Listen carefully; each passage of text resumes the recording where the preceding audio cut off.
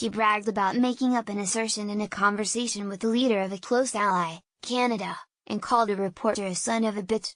He barreled ahead with a plan to meet with the North Korean dictator, Kim Jong-un, to the dismay of much of the diplomatic corps.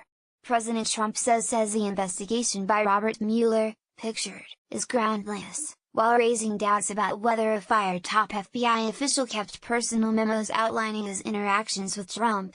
Photo: Off vanquished the economic aides he had previously seen as having more stature than he did by announcing he would go ahead with tariffs on certain imports, alarming key allies. And then this weekend he seemed to raise the possibility of dismissing Mueller.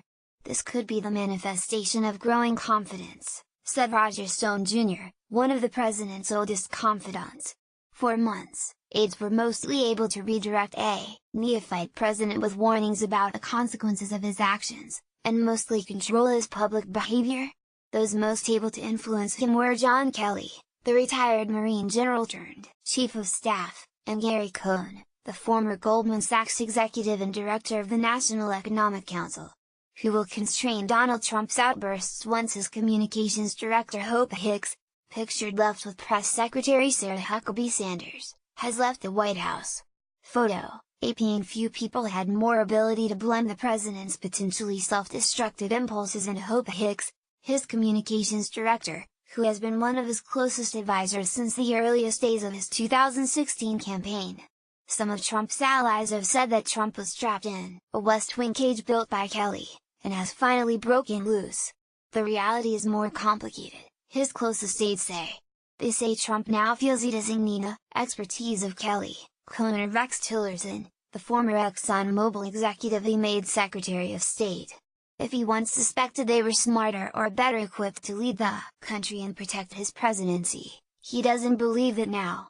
Loading two of those men are now on their way out. And Trump has an ambiguous relationship with the third, Kelly, whom he alternately assures that his job is secure and disparages to other people. Hicks is leaving the White House in the coming days, a departure that has caused concern among his allies about how he will cope without her in the long term. Outside the White House, there are few friends the president will listen to.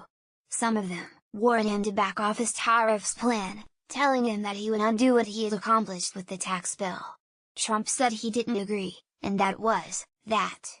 Loading, but Trump's moods have always been like storm clouds passing quickly over a desert island, and aides say that hasn't changed.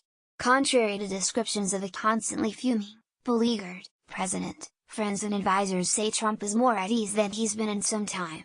What seems like unchecked chaos to almost everyone else is Trump feeling he is in his element. "He seems more relaxed, believe it or not," said New York Republican Peter T. King, who spent several hours with the president during two St. Patrick's Day events last week. Warnings of dire consequences from his critics have failed to materialize. When Cohn announced that he was resigning, the predictions were that the stock market would plummet. There was only a minor dip by the end of the next day. And on North Korea, even the greatest of foreign policy beards have conceded that Trump might be able to accomplish something. The president has his own original style, and is unlikely to be changed at this stage of his life, Henry Kissinger, the former Secretary of State, said in an interview. But it also is conducive to bringing forward opportunities like this Korean conversation. It is not what we traditionalists would have recommended in the first place. But I have to say, when I have thought it through, and how it could play out, it could restore a political initiative to us, and could compel a conversation with countries otherwise disinclined. Some worried aides are less sanguine. They view the weekend's attacks on Mueller and the FBI as a particularly disturbing taste of what they believe could come. They say privately that Trump does not understand the job the way he believes he does, and that they fear he will become even less inclined to take advice. It remains to be seen whether his attacks on Mueller are anything more than an effort to define the terms of the public conversation about the investigation, and the parameters of an interview with the president that the special counsel is seeking. But the possibility that Trump would be emboldened enough to fire Mueller was raised on Sunday by Republican Senator Lindsey Graham. Such a move, Graham said on CNN, would be the beginning of the end of the Trump presidency. New York Times,